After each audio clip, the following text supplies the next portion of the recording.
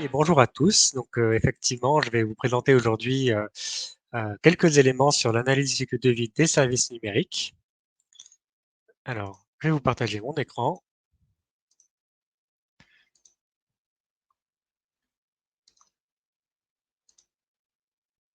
Hop, et hop. Donc, vaste sujet que l'analyse du cycle de vie des services numériques. On a aujourd'hui 1 heure, donc ce que je vais faire, c'est que je vais essayer de vous faire une présentation assez rapide en une demi-heure pour laisser pas mal de temps sur les questions. N'hésitez pas à poser des questions, vous avez une fonctionnalité pour ça dans l'outil, et on y reviendra à la suite de ma présentation. Donc, avant de rentrer sur l'ACV en particulier, je veux faire quand même un petit rappel sur les impacts environnementaux du numérique, même si c'était le sujet de la présentation précédente. Je pense que c'est quand même assez important pour ceux qui n'ont pas forcément pu y assister. Donc, pour faire un tour d'horizon assez rapide, le numérique pourrait réduire, c'est un discours qu'on entend assez souvent, pourrait réduire les émissions mondiales de CO2 on voit différents pourcentages, mais classiquement de 20% d'ici 2030, d'après certaines études. Mais en revanche, le numérique a des impacts en termes d'énergie, en termes de ressources, en termes de déchets. Le numérique est le secteur qui est le plus intensif en tout. Intensif dans le sens où pour 1 kilo d'équipement du numérique, ça va être le plus consommateur en énergie, en ressources et le plus producteur de déchets. Si on regarde l'empreinte mondiale du numérique, on se place en 2019, le numérique représente des impacts qui ne sont pas négligeables. On parle de près de 4% des émissions de gaz à effet de serre, de plus de 5% de la consommation d'électricité. Donc à l'échelle mondiale, c'est l'équivalent d'un pays qui est entre 2 et 3 fois la France en termes d'empreinte. Et puis surtout, c'est des choses qui sont en hausse. Le numérique se développe fortement et de fait, les impacts associés augmentent également. Voilà pour faire un rapide constat. Par rapport à ça, une des méthodes de quantification des impacts environnementaux, de manière générale, c'est l'ACV. L'ACV ou analyse du cycle de vie. Ce que je vais vous présenter aujourd'hui, c'est déjà qu'est-ce que c'est l'ACV et puis surtout quelles sont les spécificités par rapport aux services numériques.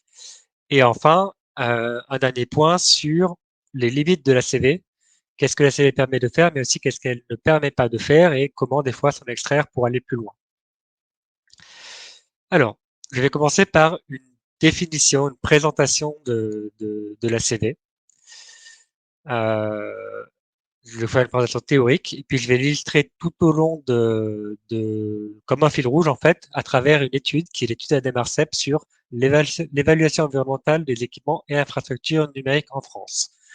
Je vous la présenterai, mais évidemment, je ne pourrais pas aller très loin dans le détail. Donc, si vous voulez la retrouver, elle est disponible en ligne gratuitement. Je vous ai mis le lien ici. Première chose, l'ACV, définition normative des normes ISO 14040 et 44. Qu'est-ce que c'est? C'est la compilation et l'évaluation des intrants, des extrants et des impacts environnementaux potentiels d'un système de produit au cours de son cycle de vie. Alors, si vous n'avez pas compris, c'est normal. La première fois, on a toujours du mal à comprendre les définitions normatives, donc on va la reprendre doucement. On va faire une compilation et une évaluation des intrants, des extrants et des impacts environnementaux. Donc, on va modéliser un système, ce qui rentre, ce qui sort, et comment ça va impacter sur l'environnement. On va parler d'impacts environnementaux potentiels. On n'est pas sur une mesure, on est sur du calcul, on est sur du prévisionnel, on est parfois sur des hypothèses, on est sur des données secondaires comme primaires. D'un système de produits, produits qui s'entend au sens de biens physiques ou de services, ou un ensemble de biens et de services, au cours de son cycle de vie. On reviendra sur ce que c'est cette logique de cycle de vie. Alors, ça, c'était quand même une définition un peu brute. J'aime bien quand même la définition qu'en fait l'ADEME, qui est quand même plus compréhensible. L'ADEME dit que c'est aujourd'hui l'outil le plus abouti en matière d'évaluation globale, multicritère des impacts environnementaux. C'est une méthode normalisée qui permet de mesurer les effets quantifiables de produits ou de services sur l'environnement. Donc là, on a plusieurs mots-clés sur lesquels on va revenir. Évaluation globale, multicritère, normalisée, effets quantifiables de produits ou de services. Et donc, le but de la CV, c'est de recenser et de quantifier tout au long de la vie des produits les flux physiques, flux entrants et flux sortants de matière, d'énergie associés aux activités humaines. Elle en évalue les impacts potentiels et interprète les résultats obtenus. Donc, on va voir qu'on a différentes phases d'une ACV, on a 4 étapes sur lesquelles je reviendrai. Je vous ai mis le lien vers le site de l'ADEME qui détaille ce qu'est l'ACV si vous voulez plus de détails. Alors, une ACV, ça se définit autour de principales caractéristiques. L'ACV, c'est une méthode d'évaluation environnementale. Alors, ça paraît assez évident, mais on va voir quand même ce que ça veut dire. C'est une méthode qui est fonctionnelle, qui est axée sur le service rendu. C'est une méthode qui est multi-étape sur tout le cycle de vie, qui est multi-critère. On ne va pas faire que du carbone, par exemple, on va aller plus loin que ça. Qui est relative, itérative et en 4 étapes. Et enfin, qui est normalisée. Alors, qu'est-ce que ça veut dire tout ça? Bon, on va les prendre dans l'ordre. Première chose, c'est une méthode d'évaluation environnementale. On va venir évaluer les impacts environnementaux de produits ou de services.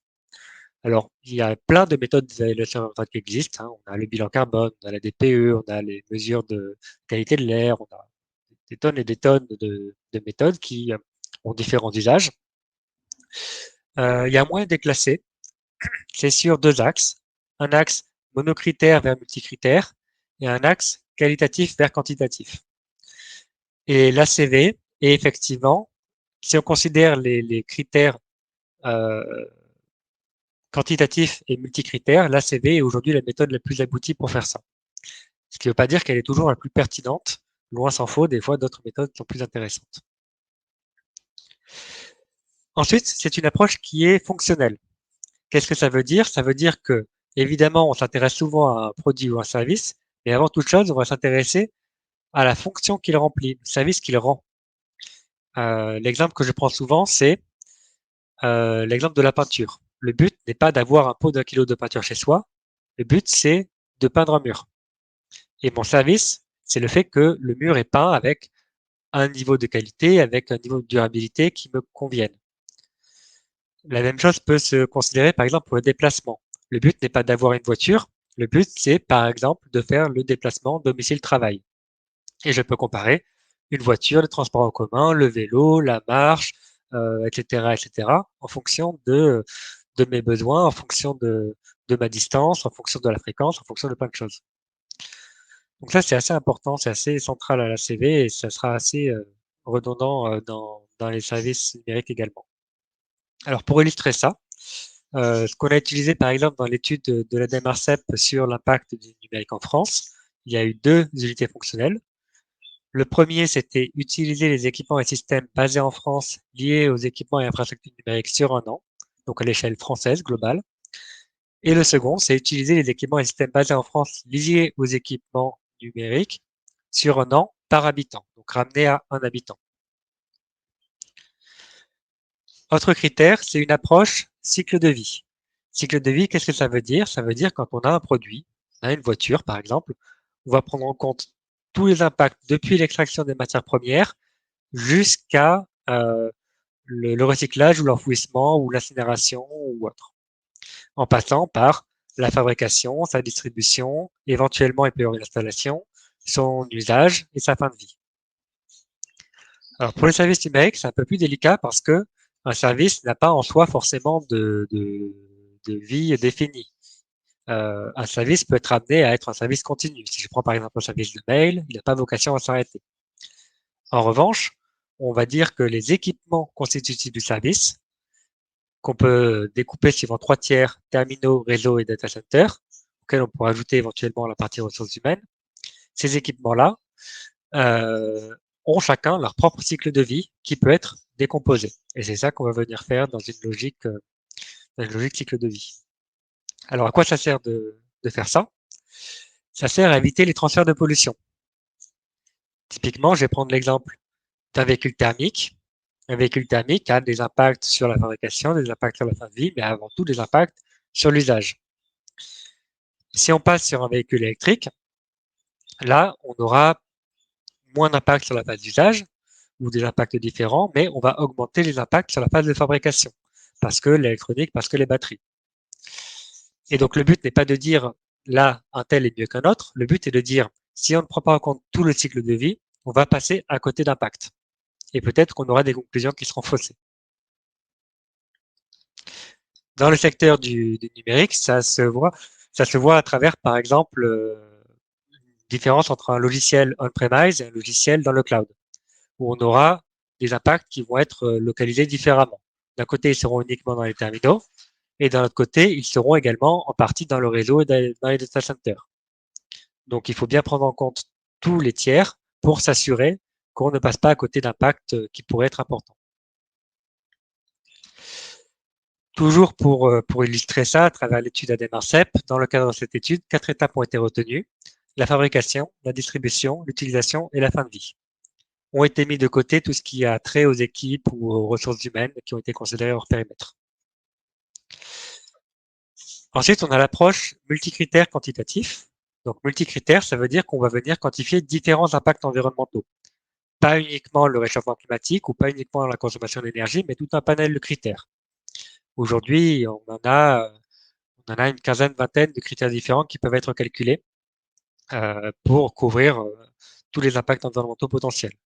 Évidemment, suivant les secteurs, certains sont plus pertinents que d'autres. Par exemple, dans le numérique, on va beaucoup s'intéresser aux impacts sur les ressources, aux impacts sur l'énergie, au réchauffement climatique et aux radiations ionisantes. Dans notre secteur, par exemple, comme l'agriculture, ça serait d'autres critères qui seraient mis en avant. Et ça, à quoi ça sert? Eh bien, de la même façon, ça sert à éviter les transferts de pollution.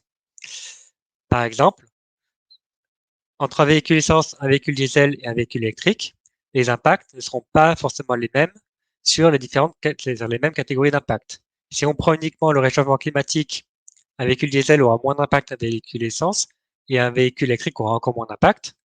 Mais si on prend les ressources, c'est l'inverse. Un véhicule électrique aura plus d'impact sur les ressources. Par contre, si on prend la pollution de l'air, là, c'est le diesel qui sera le plus impactant.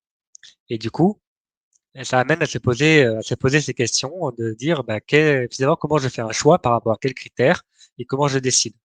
C'est important d'avoir toute la cartographie.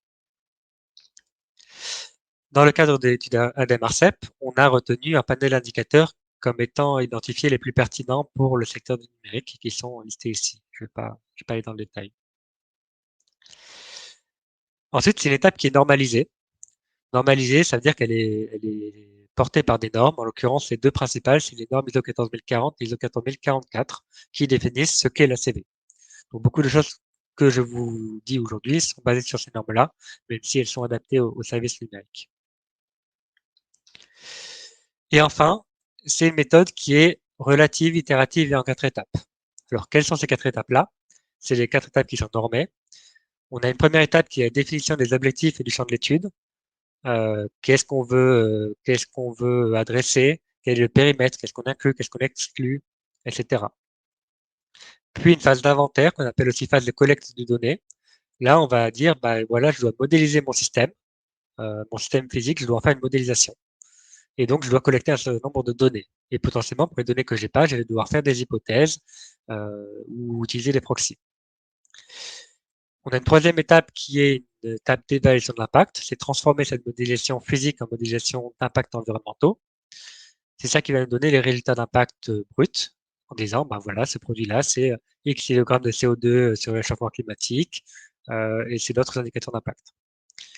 Et enfin, on a une quatrième étape d'interprétation qui permet rétrospectivement à nos objectifs et au champ de l'étude de comprendre les résultats, de les interpréter, de les comparer, de faire des analyses de contribution, d'aller dans le détail, etc., pour comprendre les résultats. Et donc, la CV, c'est une méthode qui est itérative. Ça veut dire qu'à chaque étape, on peut revenir aux étapes précédentes pour se dire, est-ce que les choix que j'ai faits étaient pertinents? Est-ce qu'il ne faut pas que j'aille plus loin, que je les revoie, etc. Donc, il y a toujours une logique comme ça de rétroaction. Et puis finalement, une ACV, ça s'articule aussi autour de deux valeurs fondamentales qui sont la transparence et la documentation. Une ACV a une approche et une vue qui peut être très scientifique, beaucoup de chiffres, un gros rapport, beaucoup de graphiques, beaucoup de réflexions, mais qui dépend beaucoup des données d'entrée qu'on va fournir et des hypothèses qu'on va formuler. Et c'est pour ça qu'il est important d'avoir une transparence et une documentation qui sont poussées pour comprendre aussi les limites des modèles qu'on va faire et dans quel cadre on peut les appréhender.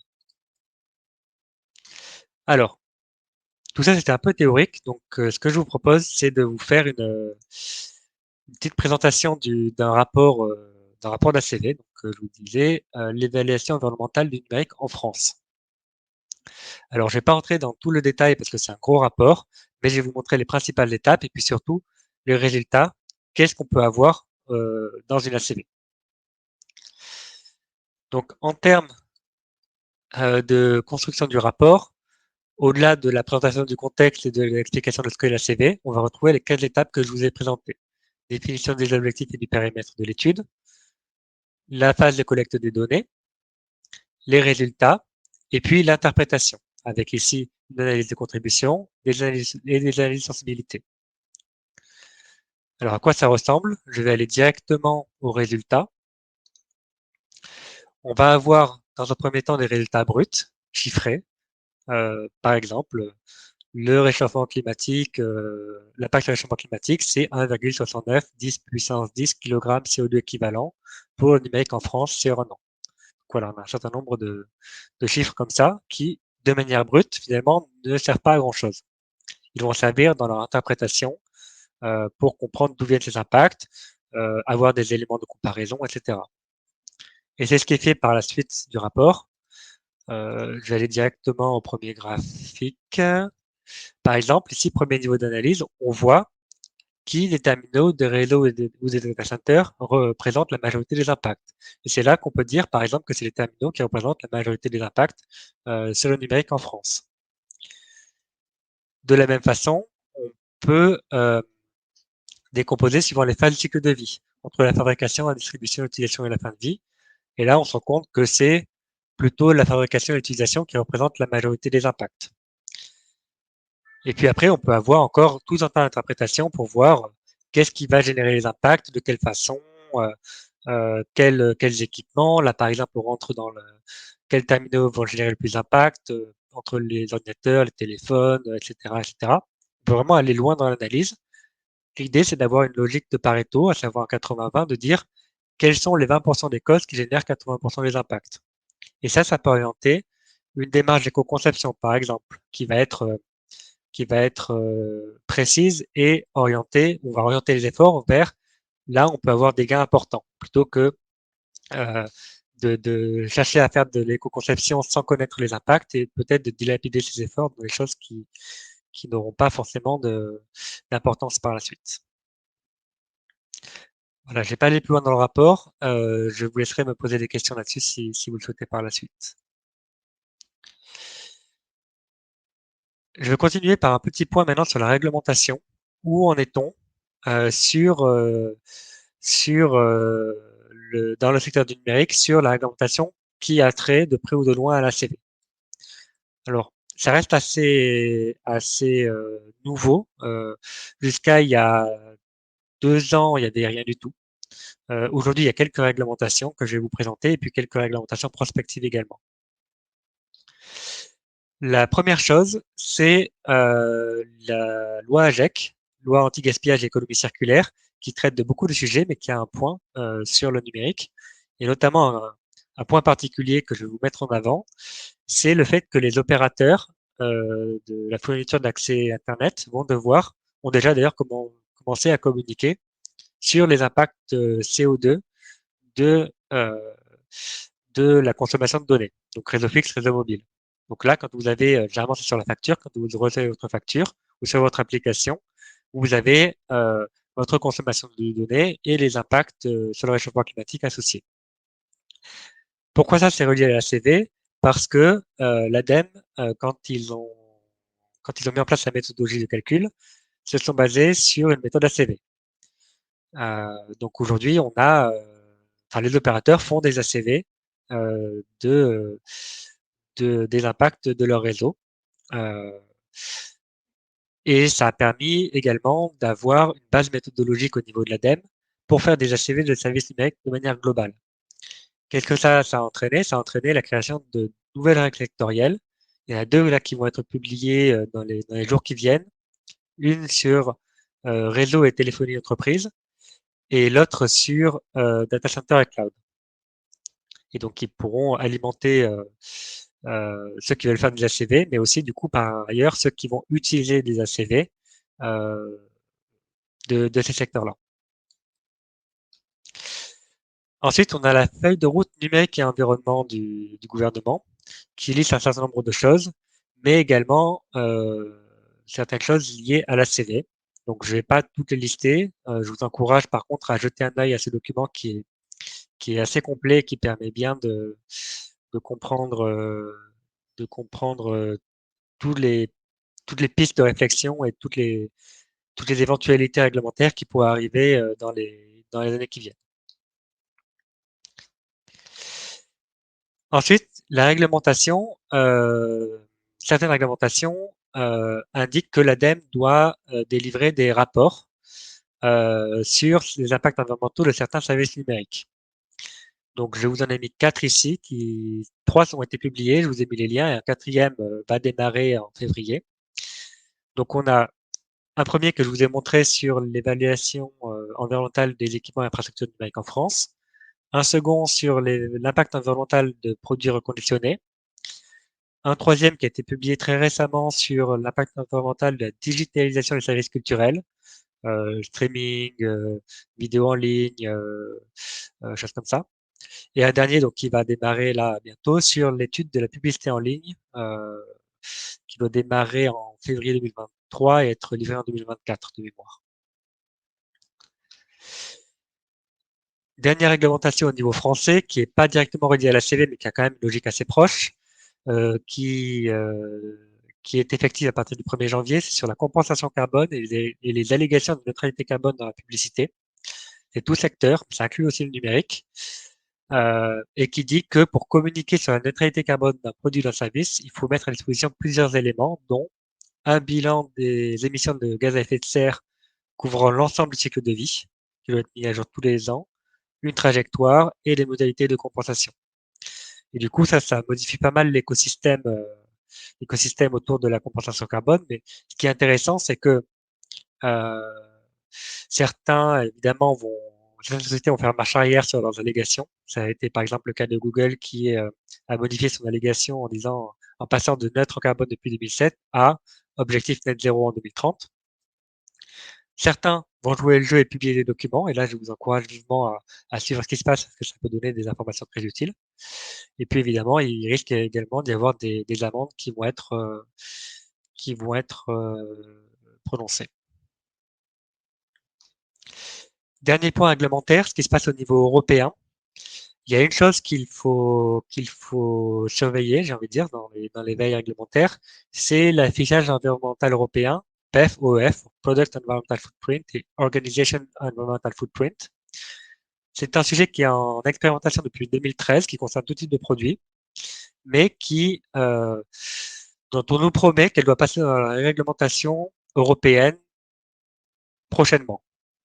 Alors, la promesse tient depuis 5 ans, mais depuis 5 ans, on nous dit que c'est dans 6 mois, mais un jour, ça devrait se faire. Donc, je vous encourage à le suivre. Qu'est-ce qui se passe si c'est dans la réglementation européenne? Potentiellement, ça veut dire que toute communication environnementale qui est faite devra suivre la méthodologie PEF. Et donc, forcément, c'est assez dimensionnant pour la réalisation de la CV. Donc là-dessus, à se tenir au courant quand ce sera effectivement rentré dans la réglementation.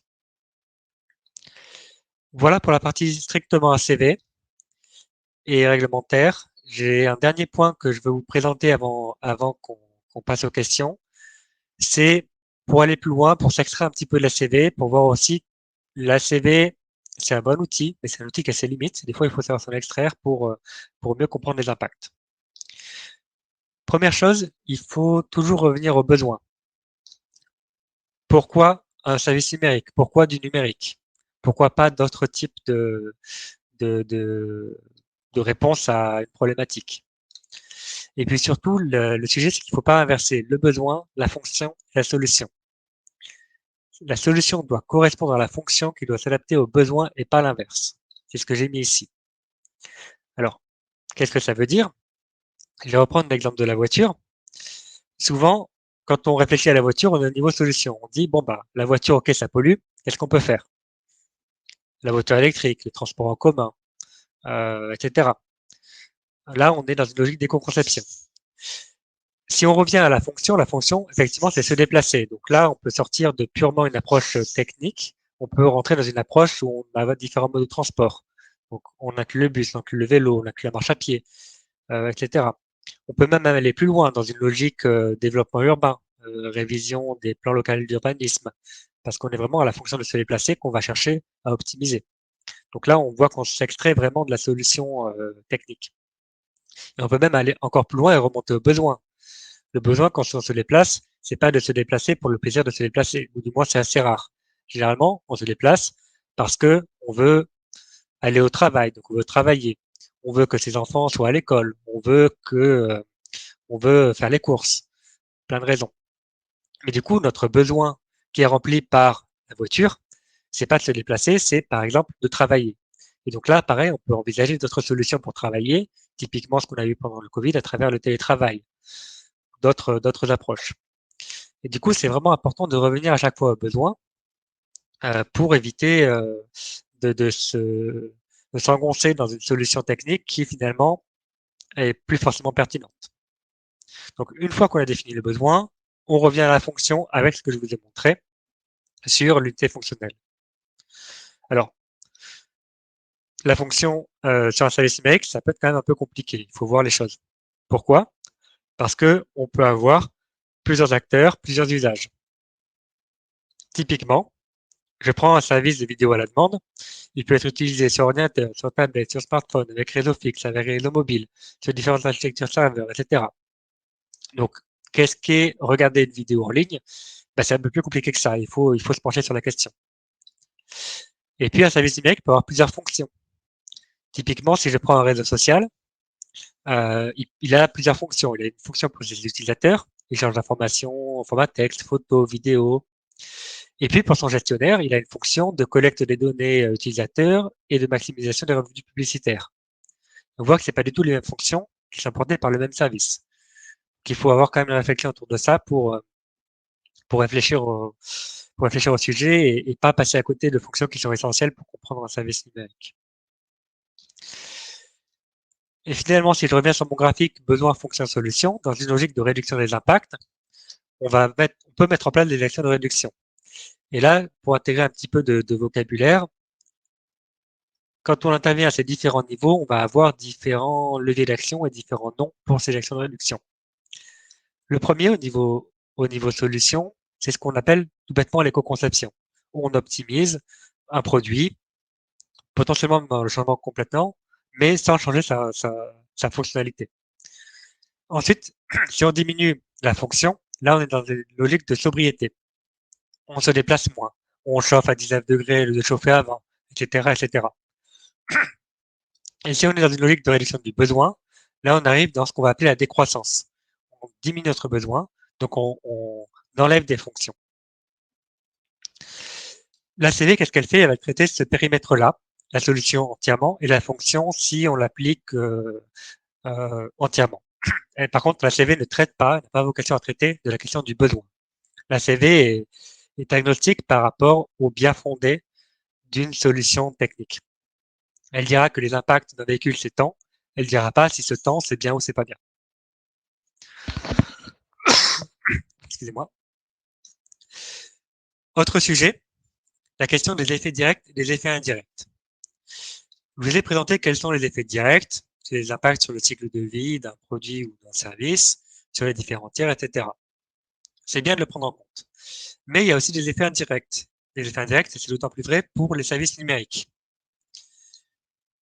La prise en compte est essentielle. Pourquoi? Parce que on a des études qui montrent que l'ordre de grandeur de ces effets est peu connu, mais il pourrait être supérieur aux effets directs. Donc là, ce que je dis, c'est que les effets indirects des services numériques sont potentiellement supérieurs aux effets directs. Donc c'est embêtant si on ne les prend pas en compte. Alors on va avoir plusieurs types d'effets indirects. Déjà, on va avoir des effets positifs ou des effets négatifs. Dans le sens où on va avoir des effets désirables ou des effets indésirables. Donc on va avoir un potentiel de réduction d'impact, ce qu'on appelle généralement l'IT for Green. Le numérique peut réduire les impacts environnementaux en optimisant, en réduisant les consommations, etc. Mais on a aussi des risques d'effets indésirables d'augmentation des impacts, ce qui est évidemment plus embêtant. Le problème, c'est que c'est difficile à quantifier dans des délais et des ressources abordables. Pourquoi? Parce que ça demande l'intervention d'experts de domaines qui sont très variés, économistes, sociologues, comportementalistes, etc. Forcément, il y a une grosse incertitude, il y a un caractère prévisionnel, en plus, le numérique est un secteur qui est soumis à de très fortes évolutions des sauts technologiques, donc bien malin qui peut dire comment vont évoluer les choses dans les années qui viennent. Le discours que je tiens quand on me demande sur comment on fait du prévisionnel, je dis que ben, si je savais faire, il y a quelques années, j'aurais investi dans le Bitcoin et dans Apple et on n'aurait pas cette discussion. Donc clairement, je ne peux pas dire comment ça sera dans le futur. Cela étant, c'est pas parce que c'est compliqué qu'on peut rien faire. Pour ça, il existe plein de méthodes. Je vous en présente une que j'aime beaucoup. C'est l'étude de Nathaniel et Horner de 2016. Qui s'appelle Known Unknowns, Indirect Energy Effects of Information and Communication Technology. Donc, qui porte sur l'énergie, mais qui peut très bien s'extrapoler sur les autres impacts environnementaux. Alors, je vous la fais rapidement, mais en gros, ça va présenter différents types d'effets indirects. On va déjà avoir les effets directs, ça vous en ai parlé. Ensuite, on va avoir des effets d'efficience. Si je prends un GPS, l'exemple d'un GPS, c'est le fait que euh, on améliore l'efficacité de la recherche de route la plus courte, donc on diminue la consommation d'essence. Des effets de substitution peuvent être positifs ou négatifs, donc remplacer un service par un autre. Typiquement, le GPS remplace les cartes papier. Après, on va avoir les effets rebonds. On parle très souvent des effets rebonds comme étant les effets indirects. En réalité, c'est qu'une partie des effets indirects, mais qui sont quand même très, très présents. On a les effets rebonds directs et les effets rebonds indirects. Les effets rebonds directs, c'est l'augmentation du service liée à la réduction de son coût ou à la facilité d'utilisation.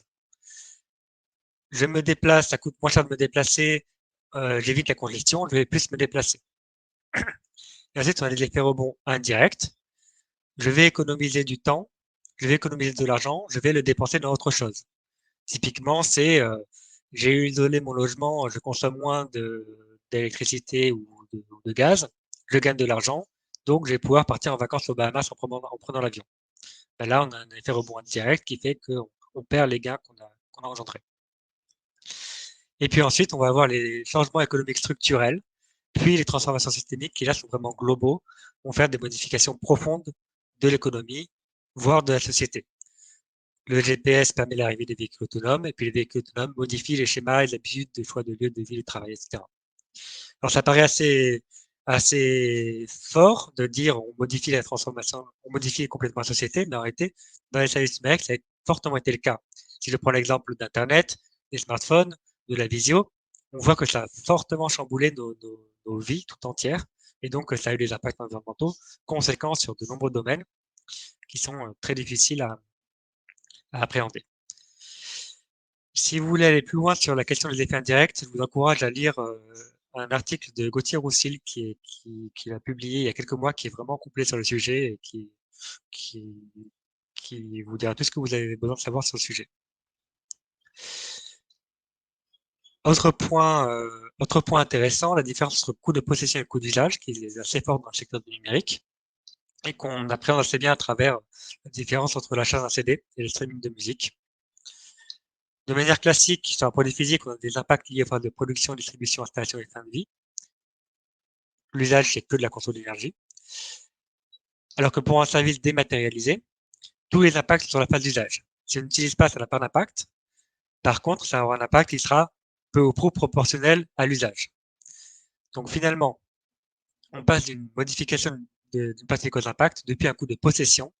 Quand j'achète, je génère des impacts, et après, il varie très peu, à un coût d'usage, où au début, j'ai zéro impact, et plus je l'utilise, plus mes impacts vont augmenter. Et du coup, quand est-ce qu'il est plus intéressant d'être dans un produit physique ou dans un service dématérialisé? Eh bien, ça dépend de l'usage.